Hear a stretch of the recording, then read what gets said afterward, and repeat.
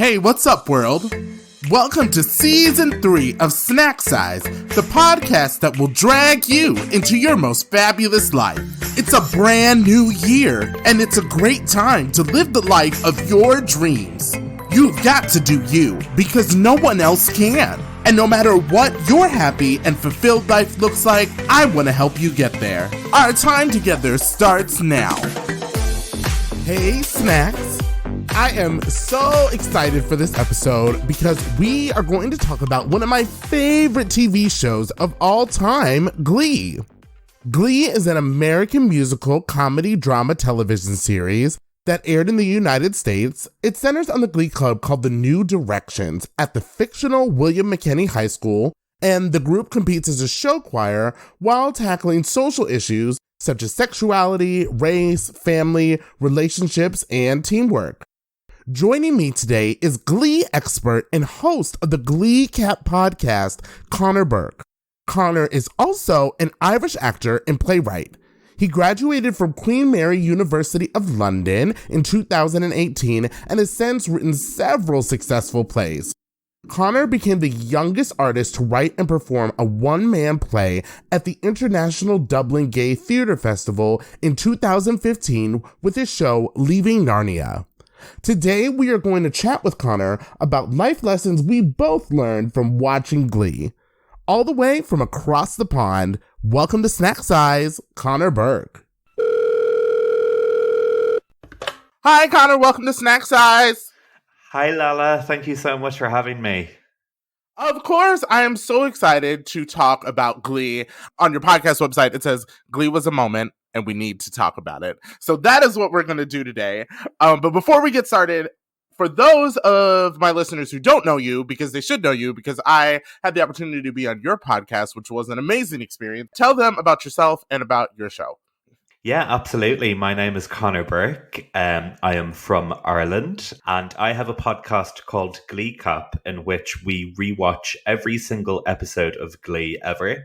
And every week, / every other week, I have a different guest on to dissect not only the episode, including the musical numbers and the performances, etc., but also talk about the cultural moment that Glee was in at the time and what it said about culture and society, particularly in the US when it came out. It definitely was a really powerful show, and what I really want to dive into today is that the life lessons that may have shaped people like you and me who watch the show. So, you are the Glee expert. I don't think I've met anybody that knows Glee more than you. How many episodes in total of Glee are there? There is 121 episodes of Glee. Oh my goodness. Which is iconic. Yes. Yes. And how many have you covered on your podcast so far? I work really far in advance, Lala. So as of recording this with you right now, I've recorded 70 episodes, but an episode only comes out once a week on Wednesdays. So I think the 26th or something is about to come out. So we work really far in advance due to the pandemic. That makes sense. I remember when I recorded with you, I think I sent you a message and I was like, is my episode coming? Yes. But yes. I definitely think that it's important to work far in advance, which is actually something you can learn from the Glee show about preparing and working hard. Oh, absolutely. And I suppose you definitely know this as well with your podcast, you know, sourcing interesting people who not only are interesting, but who are intelligent and funny and engaging, takes a lot of time because you have to work your schedule around theirs. And I never wanted to be in a position where I was just looking for people week to week, if that makes any sense. Yeah, for sure. Picking guests is super hard. I know that I'm particular about my guests and that I want them to have a really interesting story and something to share, especially since I have such a short amount of time for my podcast. Mm-hmm. And I commend you for being much farther ahead than I am. I can say that for sure. So I think I asked you to prepare 3 things that you learned from Glee. What was your first thing that you learned from watching Glee? Fantastic. Yeah. So the first thing I learned from watching Glee is there is nothing more liberating than being yourself. And It may seem, obvious, but once you dissect it, it's so true. It's like, I feel so privileged that even though there might be people who might not like me for who I am, the privilege in being exactly who I am is something that I think often people take for granted, because not a lot of people have that. And some may say the majority of people don't have that. And, especially you and I being a part of the LGBT community, we probably understand that a lot more than most people. Yes. And I do feel that it is just a human tendency that we always look to someone else to give us love. But what we sometimes forget is that there is someone who loves you, and that can be yourself. And what I found interesting about Glee is that that's kind of the storyline that each character had in their own way. They were always looking for someone else to love them or some type of validation in something else. But then I feel like by the end of the series, they all found their own self-worth. Yes, absolutely. And the beautiful thing about it is that they found their own self worth through themselves, but through each other. Do you know what I mean? I'm watching Yes. another Ryan Murphy show at the minute, Pose, which obviously talks about drag culture and ballroom culture in the 1980s in New York. And firstly, I think it's probably the best thing he's ever made. And secondly, I am so moved by it. It's a story about community and acceptance and, falling down and having other people pick you back up and brush you off and tell you that everything's going to be okay and your life and experience is just so valid. So it's definitely like a recurring theme throughout his work. And like people who would be considered misfits forming a family. And it very does relate to Glee because you have these students that are just all different types of people. Mm-hmm. And they find a way to sort of form this really strong bond that lasts for seasons and seasons, of course. I definitely see that in Pose too. Pose takes a different slant because in general, the kids in Glee were pretty safe. There's obviously like a safety factor that happens in Pose, like, like they Mm-hmm. get out of their homes and stuff. So that's one difference I see. But in terms of like all the different people coming together and forming a family, it's very much the same. Yeah, absolutely. Like both very different, but so touching as well in their own way. Glee, obviously, in this kind of ridiculous alternative universe that doesn't really exist, and Pose just grounded in this beautiful, oftentimes heartbreaking reality that so many people went through, and like our brothers and sisters in the LGBT community, back 30, 40, 50, 60 years ago went through. And it's just so lovely to watch that show as well, with that in mind, knowing how far we all have come as a community. Well, we have gotten so sidetracked. So let's move to what is your second life lesson that you've learned from Glee? Okay, so the second life lesson that I learned from Glee is that the world isn't black and white, it's grey. There's nuance and people are complicated and messy, and it's possible to think and be two things at once, even if on the surface they should be conflicting. It's okay. That is something that I immediately learned from watching the show. I mean, the clever thing about Glee was that it initially drew people in because of the big musical numbers and the stereotypical characters. For example, the dumb jock, the effeminate gay man, the big and sassy black woman, the annoying Jewish girl. But what it did very quickly was that it kind of flipped those tropes on their heads. And sometimes it didn't do that brilliantly, but it was done. And that's something that I learned from the show, is that nuance and complications and previous experiences really mold a person into who they are today. And everything may not be as it seems when it comes to someone's perception of you or your perception of them. It's so important that you touched on that because people are so scared of gray area. Our human instinct is to accept things that are black and white because it's very easy to understand. Yes. But life has a lot of gray area. And when you're talking about living a happy and fulfilled life, no matter what that looks like for you, there is going to be gray area, and you need to be okay with that. And I think that Glee does a really good job of ultimately giving each character a way to accept the nuances, as you say, of themselves and being okay with that grayness. Do you remember watching the show and seeing these nuances and it affected your own life? 100%. I mean, Glee came out when I was 14 and it ended when I was 20. So for those 6 years, it was really a formative experience in which, I mean, everyone knows that when you're that age, you are coming to terms with all that you are and everything that you're not. And you're not sure what you're into. You're not sure what kind of person you want to be. You're confused. You're stressed, you know. And watching Glee for those 6 years was my only stability. It was a TV show and it was my only stability. I mean, friends came and went, relationships broke down, but the only thing that I found comfort in was a TV show. So, in terms of nuances, I found so much nuances in the characters and the writing and the actors' portrayals of those characters. Someone that immediately jumps to mind is Santana Lopez, who was played by Naya Rivera, who unfortunately passed away in 2020.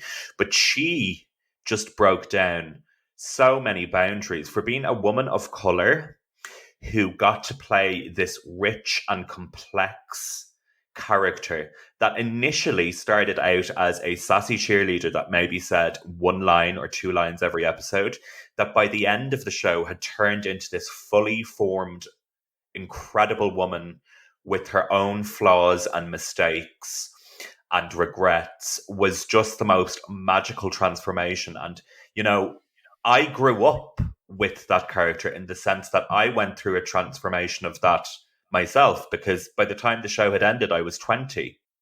And seeing those nuances was really beautiful. I definitely would have loved to see where she was going to go with her career. And I think that just the Santana Lopez character speaks to so many different people and will continue to speak to people as the show re-airs wherever it may be. So, absolutely. Amen. What would be your third lesson that you've learned from Glee? So my third lesson that I've learned from Glee comes from one Miss Sue Sylvester, the iconic Sue Sylvester, arguably one of the most legendary TV characters of all time, and played by one of the most legendary American actresses and comedians of all time, Miss Jane Lynch. And it's a quote that Sue Sylvester has. So Sue, for people who might not be completely familiar with the show, she's a cheerleading coach that always tries to bring the Glee Club down, but she has a news segment on a local news station in Ohio called Sue's Corner. And this is one of her fabulous quotes. This is what she says, which, no exaggeration, is something I live by and that has got me through so much. So she says, towards the end of a season 1 episode, she says, "You know something? It's not easy to break out of your comfort zone. People will tear you down, tell you shouldn't have bothered in the first place. But let me tell you something. There's not much of a difference between a stadium full of cheering fans and an angry crowd screaming abuse at you. They're both just making a lot of noise. How you take it is up to you. Convince yourself they're cheering for you. You do that, and someday they will." I mean, I don't even know what to say to that. I just think, firstly, it's a beautiful piece of writing and it's so succinct. But secondly, it's just something that has resonated with me deeply throughout my life because I just think it's so true. Glee definitely taught me how to believe in myself. And I think that quote is great for summing that up. It is important that no matter what you want to do, you have to be the first person cheering for yourself. I think that when you look at the story of the New Directions, if they stop believing in themselves, and I know their big song is "Don't Stop Believing," but if they whenever they stopped believing in themselves was when they struggled. And so from Glee, I kind of learned that I was like, even if you don't think it's going to happen, it can, but that's only going to start with you. Absolutely. And I think it's a message. Sue's quote there that I just read out is something that you can carry through your whole life. Like, I remember when I was 17 and I came out and I was just like, oh my God, life is going to be easy now. life is just going to be easy. But then, as a lot of people in the queer community know, people are just obsessed with labeling you no matter who you are or where you go. So the second that you come out of the closet and you feel like you are going to live your best life, and don't get me wrong, I mean, most people who come out of the closet live a much happier, fulfilled life. But, you know, you're automatically then judged by the community that you are part of. It's this whole thing of what kind of gay person are they? You know, what kind of drag artist are they? It's very judgmental at times, and I know a lot of queer people who are put off by the LGBT scene for that reason, which is something that I completely understand. So Sue's quote is so apt for no matter who you are or what point you are in your journey. I think you touched on something really important that Glee highlighted was they had characters that were in the closet, they had characters that were out of the closet, and they had characters that were at one point in the closet and then came out of the closet. And I think what this show really showed me was that being in the closet comes with its set of problems. Being out of the closet comes with its set of problems. And at any given point in your life, I guess you just have to choose which works better for you. I personally don't have anything against people who want to stay in. I get it, but there's also there's also issues with that. But being out isn't any easier, and you definitely see that with Kurt Hummel. It's a difficult choice, but I think that you're right. Once you come out, I think that the show kind of romanticized it a little bit, where they made it seem like this great thing, but definitely in the real world, it's still a struggle. Oh, absolutely. And we even saw with Kurt coming out with, the intense bullying that he got from another character. And, he was kissed by this bully who was himself closeted. And with Naira Rivera's character, Santana, she was completely pushed aside by her grandmother, or even Alex Newell's character, who, is trans. The hardship that Alex's character went through, Unique, was just kind of unbearable, because when you think about it, like, it wasn't that long ago, but it also was a long time ago in terms of like the culture and in terms of where we were with LGBT rights at the moment. Like, RuPaul's Drag Race was just starting out. Yes. Like, there was obviously gay characters on other TV shows, but like Glee was like, people often forget that this was a TV show that was the biggest hit on TV. It was beyond mainstream, and it was centered around teenagers. So this was heavy stuff. And I think people often forget that, like, it was in so many ways a game changer. The next point I want to bring up is that times get tough, but it does get better.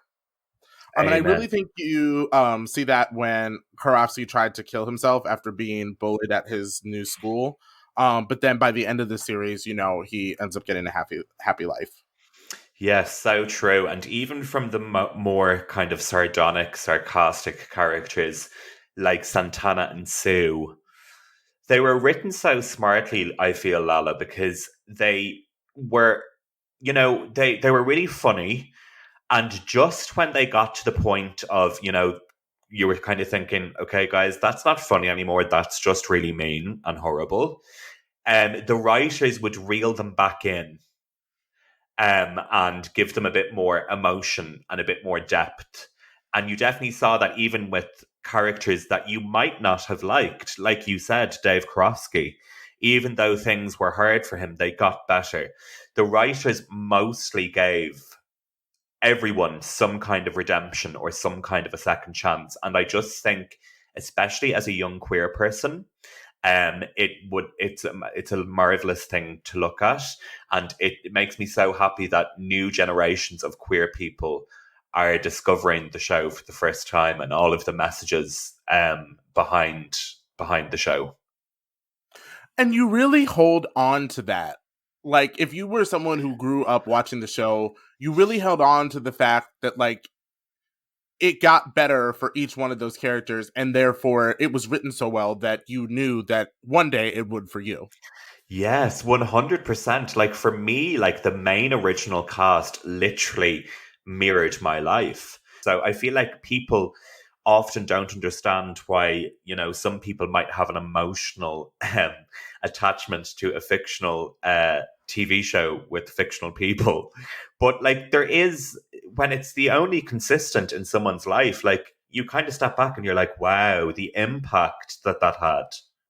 Yes, even if you watch it now, which, by the way, if you are in the United States, it is on Netflix right now and you can watch it. You still get to learn something. And that's really, really powerful writing when it gets to be relevant to the times, but also timeless in its way. Exactly. And, you know, there's some people who will say that there's elements of the show that are really problematic and they haven't aged well. And that's definitely true. But you have to realize that at the time, even though it was only 10 years ago, I mean, we've come so far in just even 10 years. But like we've got 1,000,000 miles more to go. But in those 10 years, we have also come very far. So there's definitely things to be learned there. And there's definitely things to be laughed at in the sense that, you know, you watch some episodes and you're like, okay, they could not get away with saying or doing that anymore. But you can kind of take comfort in that we've progressed past that point. If there ever is a Glee boot, I think that there's going to be a lot of changes. As a project as a whole, over 6 seasons, Glee did more to change hearts and minds than it did to hurt them. Amen. That is such a succinct way of putting it, Lala. All right. Well, thank you so much for coming on Snack Size. And for my listeners who want to dive more into Glee with your podcast, where can they find you? Thank you so much, Lala. Yeah, you can find me on Instagram and Twitter at Gleecap Podcast. So that's Gleecap as in recap, GLEECAP podcast on Instagram and Twitter. Or you can find me on both platforms at my personal account, which is at I am Conor Burke. Thank you so much, Conor, for coming on Snack Size. And until next time, Snacks, go be fabulous. Thank you so much, Lala. Hey, Snack! Thanks for hanging out with me and listening to this episode. You can get into every episode over at www.snacksizepodcast.com. And don't forget to register for my email list so I can keep you in the loop about new episodes, sneak peeks, giveaways, and more. That's www.snacksizepodcast.com. Until next time, see you later, Snack.